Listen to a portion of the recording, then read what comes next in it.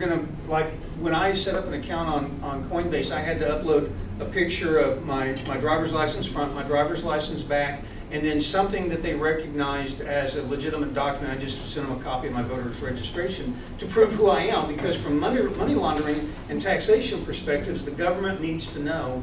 And that's a relative, 6 months or a year ago, Coinbase didn't require that, but now they do. So again, the legitimate exchanges are moving in that direction because they know that either it's already been applied to them or it soon will be, so they're just going ahead and moving in that direction. Transaction fees. Okay, so what you have to realize is the miners that build the blocks have built into them a fee structure where they get a fee when you use the block. So it's sort of like the boxcar or the train is actually owned by the person that built the boxcar, and they never let go of their ownership. And so any freight put in that boxcar, a small fee is always paid to the boxcar owner as that freight is put in and removed and put in and removed. Now, once the boxcar is full, it never gets empty because it's really just data. And so then another boxcar is added for the next transaction. So these things come online periodically, actually very quickly. But the point is once a boxcar is built and it's filled with data, that data is locked into that boxcar, and the people that built that boxcar get transaction fees for allowing you to store your data in their block. And that's what these are. They range from a small dollar amount to a large dollar amount. So typically, and it depends on the blockchain. If a blockchain is a small blockchain, then the fees may be, pennies. But if you're wanting to use Bitcoin to encode data on, your transaction fees are going to run anywhere between $1 and $28, depending upon some variables, just to have a transaction recorded. So if you're buying a stick of gum for 15 cents with a $28, I mean, it doesn't make sense, right? So I mean, you have to be aware that you might want to match your currency and the cost associated with the currency to the type of purchases that you're making. If you're transferring millions of dollars, Bitcoin might be the way to go. If you're trying to purchase gum, you might want to be using a blockchain that doesn't have that high cost associated with it. So that would be why you would use different wallets or different coins. And those repeated monthly? No, these are one-time transactions to encode your transaction on the block. Yeah. So that's why this appeals to like narco money, because if you use traditional money launderers, your cost of doing business is 20 to 40% of every dollar you put through.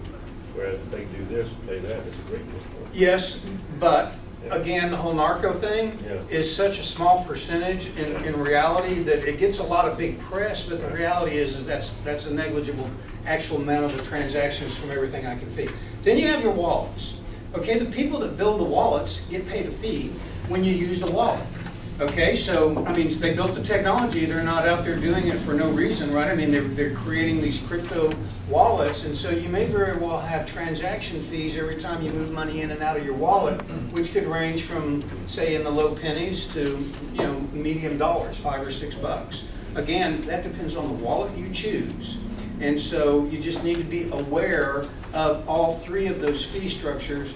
And again, one of the things that I think will happen as regulation occurs and maturity occurs is you'll begin to see standardization and more transparency, and there will be a coming together, and so it'll actually become a better world for everybody that's using these technologies than it is now.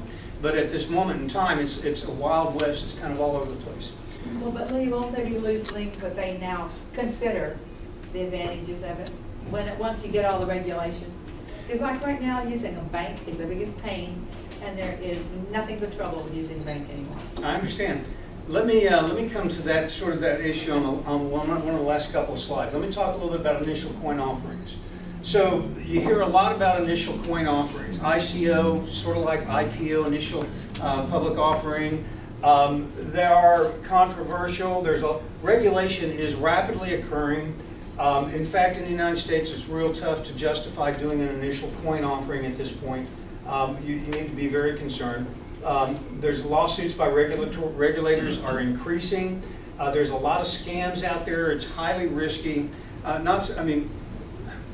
of those 1,500 currencies that are on CoinMarketWatch, I don't know, but I'm going to say there's at least a couple of hundred, there might even be 1,000 that are nothing more than pure scams. Give me some money and I'll make you a bunch of money. You can trade my currencies. I mean, if it only costs you a couple of $100 to create a token on Fiverr and you can launch your token out into the token world, I mean, you know there's got to be a lot of people that have no legitimate business purpose at all that they're doing this stuff for. So, you know, when an ICO comes out, just because it's an ICO doesn't mean that it's a great deal. In fact, there's a tool right here called Social Mention I'm going to click on, which hopefully is going to launch. You guys will all find this, I think, very interesting.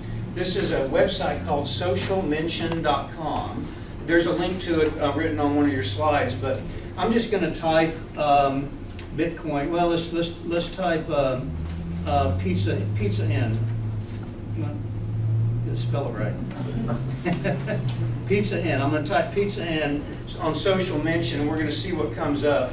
So it's going out and getting the information here. It's going to generate something. This is actually incredibly interesting stuff, but one of the things you would use Social Mention for, let me make this larger, is to determine what the level of conversation and the strength of the community related to the coin is. Because if you're buying a coin thinking that it'll be traded and it'll go up in value, it should be talked about a lot. People should be going like, yeah, when's that thing going to be released, right? So Social Mention gives you indicators of things like strength, passion, sentiment, reach. How long has it been since the last mention? This 16 minutes ago, 16 minutes average per mention for Pizza Inn. The passion is low. There's not a lot of people, saying really good things about it. The sentiment is 6-1 favorable, so that's good, but maybe it's not as good as it could be. I mean, so you can literally go on to socialmention.com and type in anything that you want to, and you can see what the social sentiment is about that thing.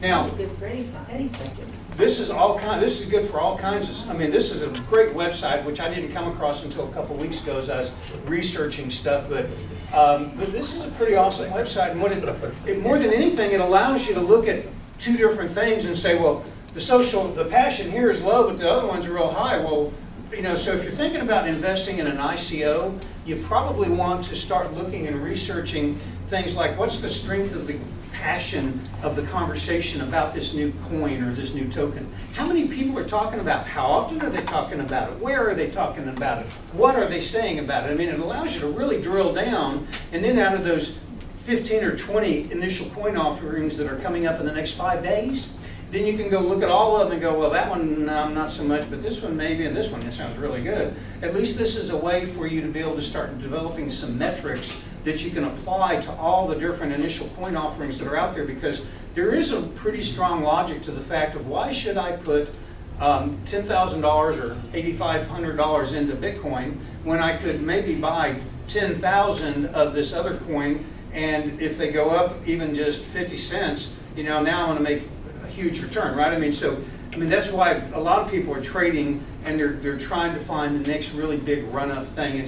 It's like playing the penny stocks. It's like playing commodities. It's like gambling. Let's face it. There's a lot of that going on in the industry, and this at least gives you a tool that you might be able to look at something that helps you a little bit. So I'm going to click back over here. Next, actually, this is just a slide deck of Social Mention. So I actually showed you the real thing, and go play with it. It's fun. This is actually a listing of all of the initial coin offerings. This is on ICOdaily.com. I gave you a link there. If you just Google on Google, so initial coin offering list or ICO list, you'll get a dozen websites that have a list of all the different initial coin offerings that are coming up. They organize their information in different ways, but you can go look at them, and if you're interested, that's a lot of fun. A lot of people are doing that. A lot of people are just throwing $100 at every coin offering that comes their way, hoping that one of them will go up by 1,000 times and they'll be rich. If you have a few $1,000 and you want to throw $100 at a couple dozen coins, maybe you'll get lucky. It's not a bad strategy. It's better than going down and buying the scratch off, right? Just barely. Maybe just barely. So here's I'm about to wrap up, and obviously it's now $89.50, so it's gone down $1,000. So this yesterday, Bitcoin was trading at 99.54. So a year ago, Bitcoin was trading at $1,000. Today, it's trading at 89.50. The question kind of becomes, when you look out 1, 2, or 3 years into the future, what's the probability that this technology